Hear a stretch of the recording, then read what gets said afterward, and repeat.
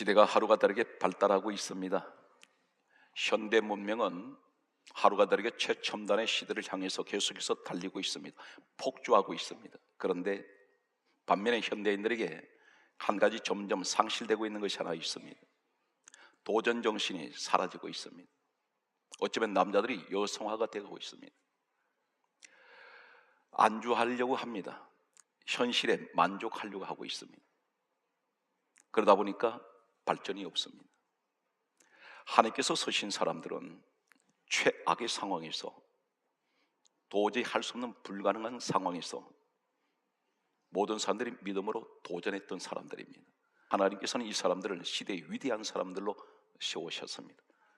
전 성경에 나타난 믿음의 위대한 사람들은, 각 시대에 서신 사람들은 공통점이 하나 있습니다. 불가능하다고 할 때에 믿음을 가지고 도전한 사람들이었습니다. 인류 역사에서 수많은 위대한 과학자들이 있습니다. 그 과학자들 가운데에는 엄청난 인류 문명에 혜택을 준 사람들이 있습니다. 그 가운데 1867년 한 사람이 태어납니다. 이 사람 이름은 윌버입니다. 그로부터 4년 후에 1871년 윌버라는 이 사람의 동생이 4년 터울로 태어나는데 오빌이라는 사람이 태어났습니다. 바로 이 두 형제가 비행기를 발명한, 최초로 비행기를 타고 하늘을 나른 라이터 형제입니다.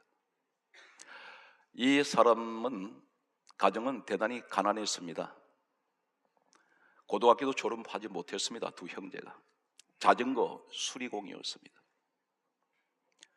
너무 가난해서 아버지가 장난감 하나 제대로 사다 주지 못했습니다. 이 가정은 집안 대대로 독실한 기독교 집안이었습니다. 역사를 보게 되면 1878년 아버지가 처음으로 작은 장난감을 하나 사서 두 아들에게 주었습니다. 이때의 장난감은 어떤 장난감이었냐면, 고무줄을 가지고 테이프를 말아서 공중에 날아다니는 그런 작은 장난감이었습니다. 이때 윌버라는 이 아들은 11살이었고 오빌이라는 이 동생은 바로 7살이었습니다. 처음으로 아버지께 작은 장난감을 선물 받았습니다. 이 아이들은, 이 두 형제는 아버지가 선물해준 이 장난감을 가지고 늘 그것을 가지고 놀았습니다. 하늘을 계속해서 날리면서 놀던 이 아이들 마음속에 불현듯 어떤 생각이 점점 들어오냐면, 나도 하늘을 나르고 싶다라는 마음이 생기기 시작했습니다. 이것이 이 아이들의 꿈이 되었습니다. 그러면서 천진난만한 아이들이 하나님께 기도를 했습니다. 하나님, 나도 하늘을 나를 수 있는 기계를 만들게 해주세요. 고등학교도 졸업하지 못한 이 아이들은 주변에다가 나는 언젠가는 하늘을 나르는 비행기를 만들 거야, 말할 때마다 사람들이 조소 섞인 말을 늘 내뱉었습니다. 비웃었습니다. 항공공학을 전공한 것도 아니고 정상적인 교육도 받지 못한 사람이 꿈 같은 이야기를 한다고 했습니다. 그런 망상을 버리라고 했습니다. 심지어 부모님들까지도 쓸데없는 생각하지 말라고 했습니다. 사람은 바라볼 것을 바라보아야지, 그것은 도저히 불가능한 일이야. 어떻게 쇠붙이가 사람을 태워서 하늘을 나를 수 있느냐, 이렇게 말을 했습니다. 부모님들도 믿지 않았습니다.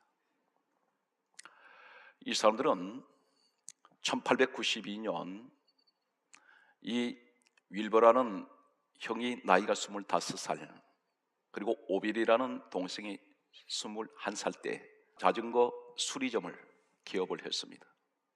두 형제는 자전거 수리공이 되었습니다. 그들이 돈을 버는 목적이 있었습니다. 푼푼이 얼마 되지 않는 자전거를 수리해주고 받는 이 돈을 알뜰하게 모았습니다. 목적이 하나 있었습니다. 비행기를 만들자는 생각으로 가득 차 있었습니다. 그로부터 10년이 지났습니다. 1903년 12월 14일 노스캐롤라이나 킬데벨이라는 언덕에서 시험 비행을 하게 되었습니다. 수많은 기자들을 초청을 했습니다. 그리고 이 소문을 들었던 수많은 관중들이 모여들었습니다. 역사적인 이 광경을 보기 위해서 모여들었던 그는 그 비행기 안에는 한 사람만 타게 되어 있었는데 윌버라는 형이 탔습니다.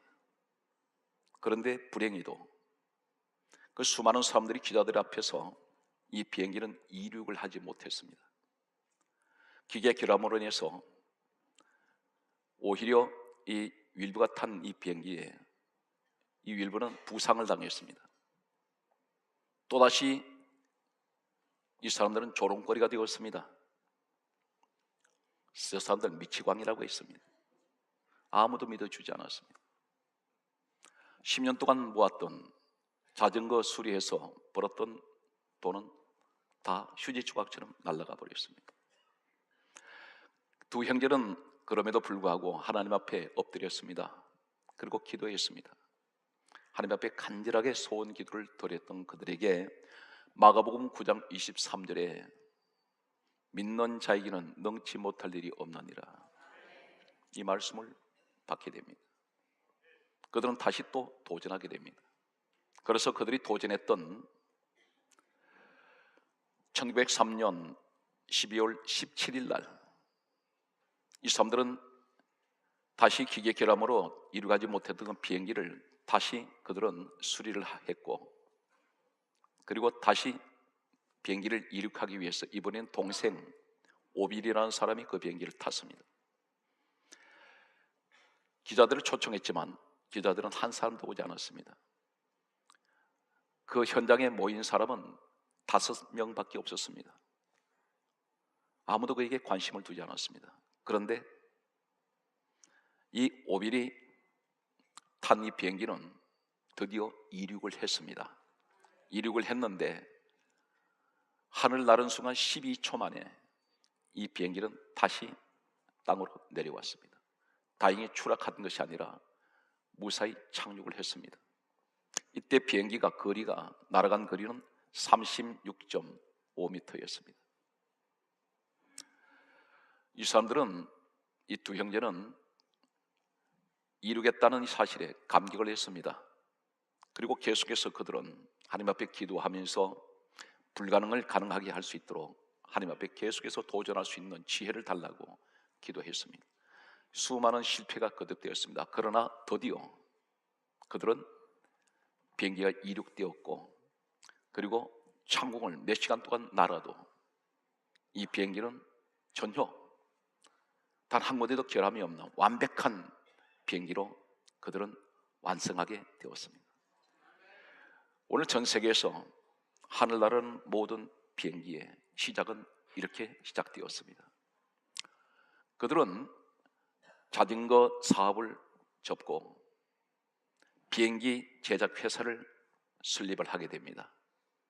그리고 미국 국방부에 찾아가서 항공기 납품 계약서를 체결하게 됩니다.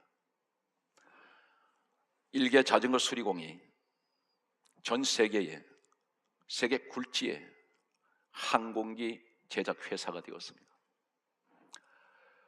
사람들은 불가능하다고 말합니다. 혹 여러분 가운데 한두 번은 도저히 내가 상상할 수 없는 이런 꿈을 가져보신 적이 있습니까?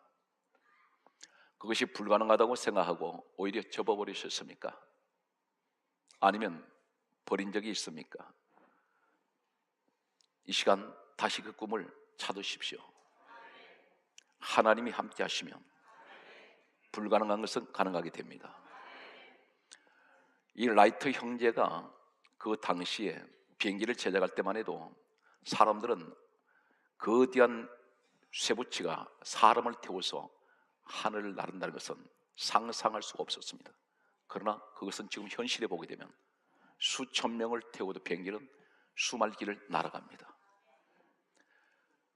하나님께서 이 라이트 형제에게 지혜를 주셨고 도전 정신을 주셨습니다. 결코 예수를 안에서는 불가능이 없습니다. 무엇을 낙심하고 계십니까? 좌절하십니까?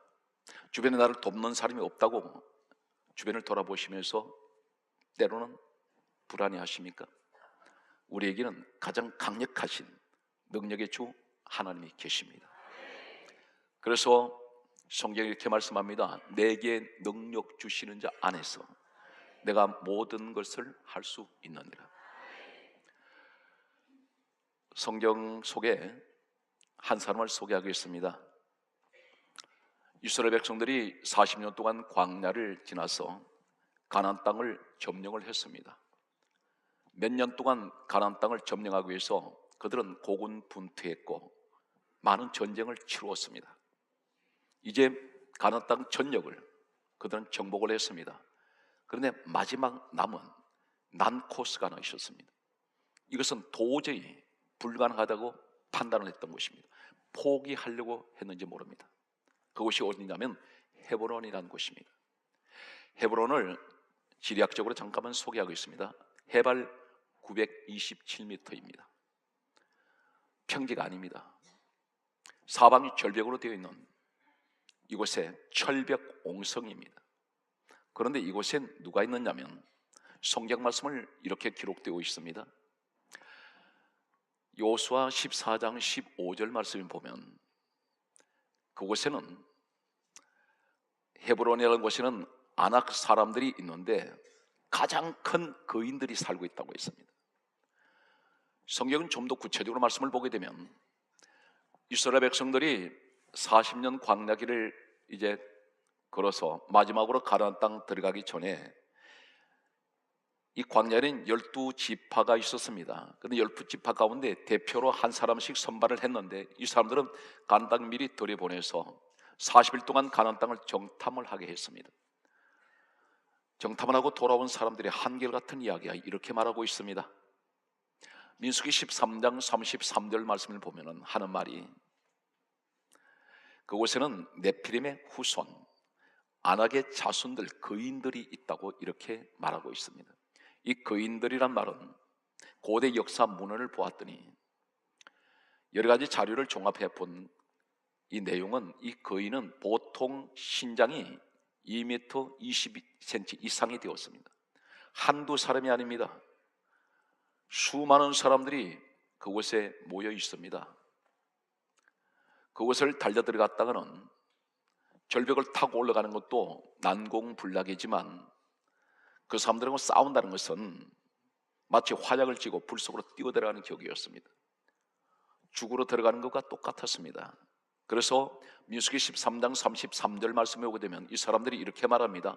그곳에는 헤브론이라는 곳에는 아낙이라는 사람들이 거인들이 살고 있는데 우리가 그것을 보면은 이 사람들 보면 우리는 스스로 보기에도 메뚜기 같다고 말합니다. 얼마나 이 사람들이 거대한 사람들인지 상대적으로 자신을 보았더니 메뚜기 같은 그런 모습으로 표현을 하고 있습니다.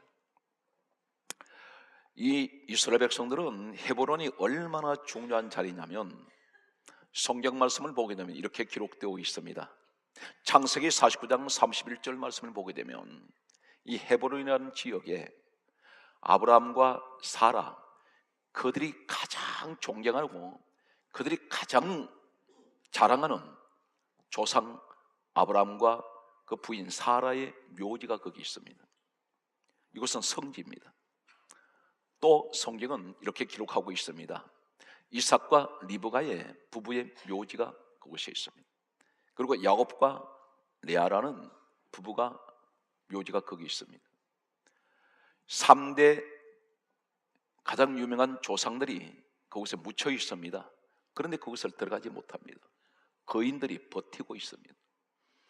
이곳은 가나안 땅 가운데에서 가장 비옥한 땅이고 기름진 땅이고 지금도 그곳에는 수많은 명산물들이 쏟아져 나옵니다.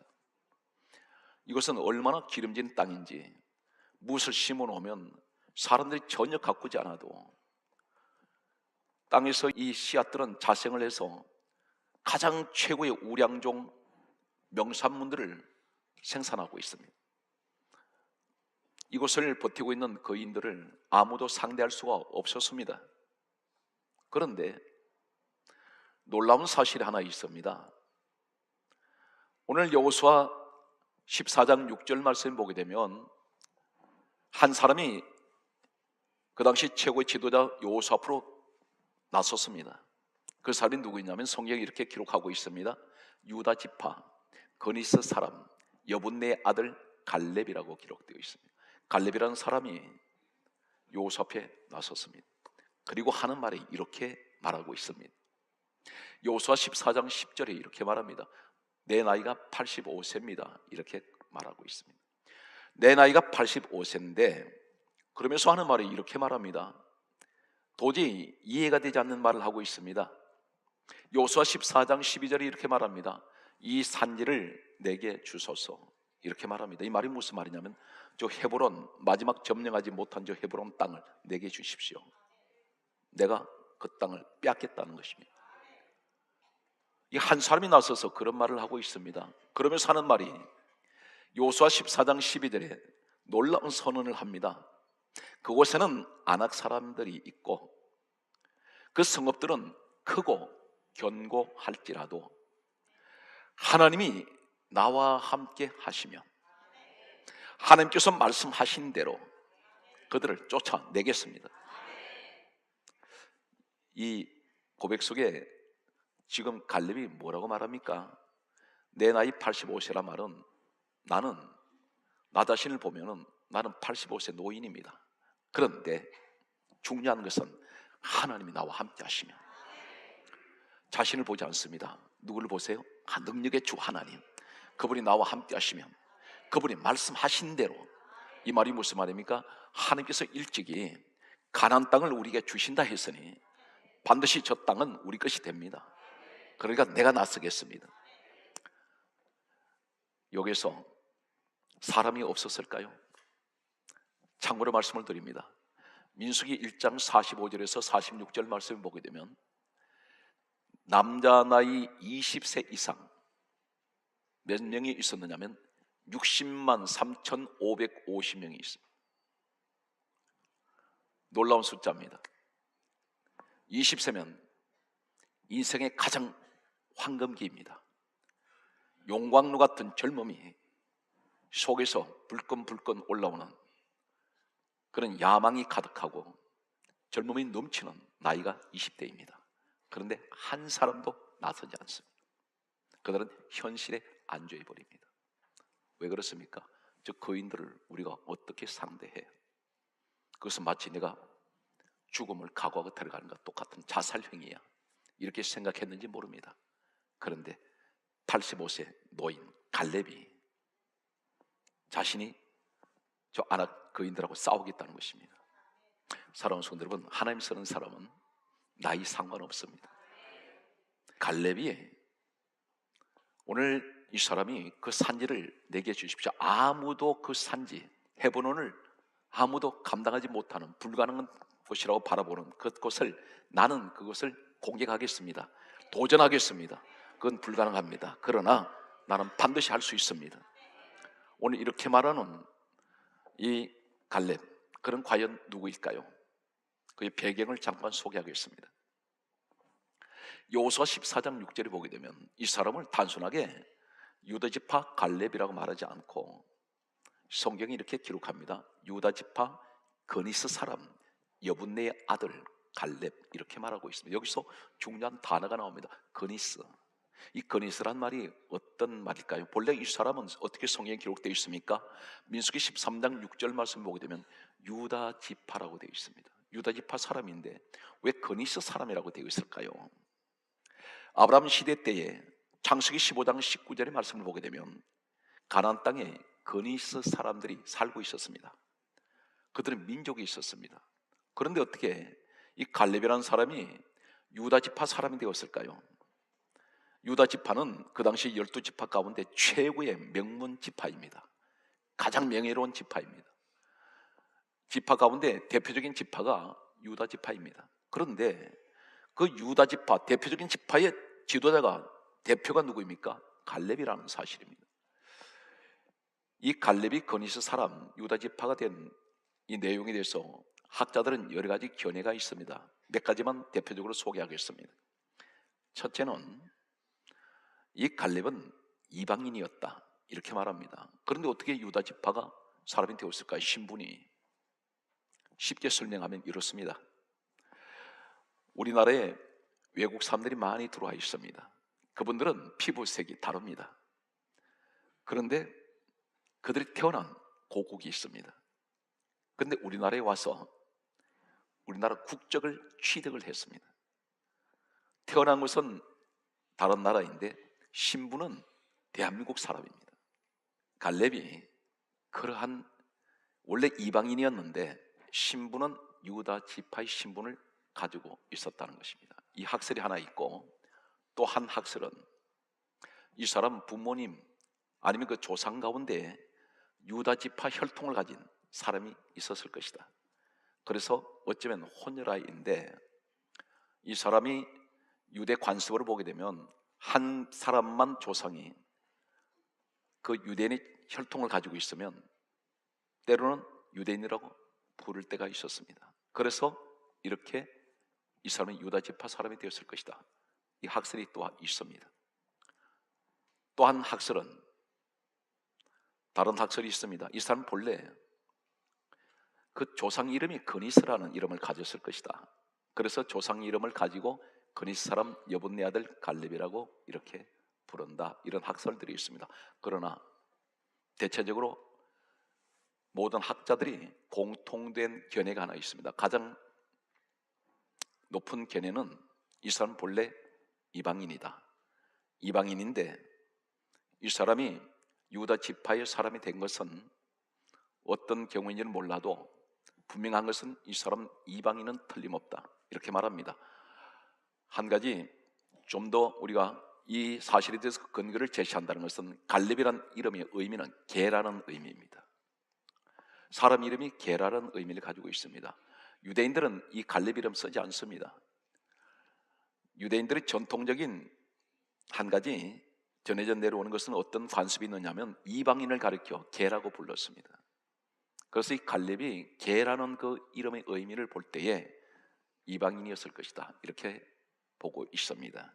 그렇다면 만약에 갈렙이 이방인이었다면 유다 지파 속에 섞여는 있어도 순수한 혈통이 아닙니다.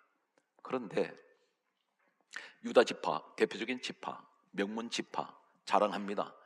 아무리 명문을 자랑하고 아무리 유명하고 아무리 명예를 얘기한다 할지라도 거기에 실질적으로 개라고 인정받는, 개라고 취급받는 갈렙이 지도자가 됩니다. 무엇을 우리에게 말씀한지 아십니까? 이 시대에 세상에 화려한 이력서를 내놓는 사람들이 있습니다. 돈을 자랑한 사람, 권력 자랑한 사람, 지식을 자랑한 사람, 명문을 얘기를 합니다. 명예를 내세웁니다. 그런데 우리는 그렇지 못합니다. 그러나 가장 중요한 것은 하나님 누구를 쓰실까요? 불가능한 일을 가능하도록 도전하는 사람, 이 사람을 지도자로 세운다는 사실입니다.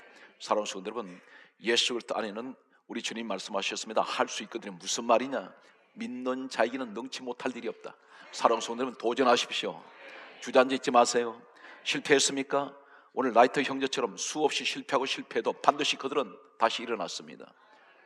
그들은 인류 역사에 놀라운 문화의 꽃을 피우는 역사의 인물로 하나님은 세우셨습니다.